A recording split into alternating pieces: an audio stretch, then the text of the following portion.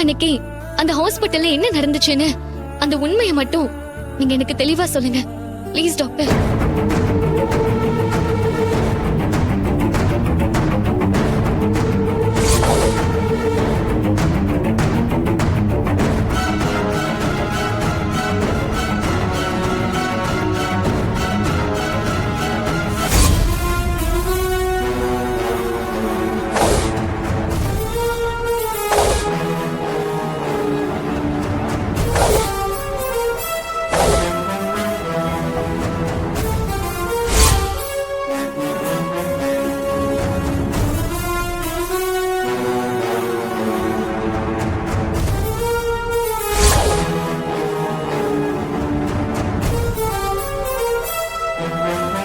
இதான் ரேவதி நடந்தது.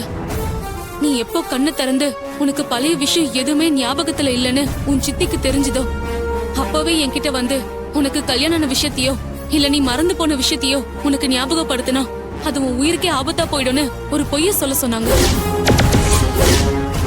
சொன்னதோட இல்லாம என்ன மிரட்டி பணம் கொடுத்து அது வீடியோ எடுத்து வச்சுக்கிட்டு நான் தான் பணத்துக்கு ஆசைப்பட்டு பொய் சொல்லிட்டேன்னு இப்போ வரைக்கும் என்ன மிரட்டிக்கிட்டு இருக்காங்க.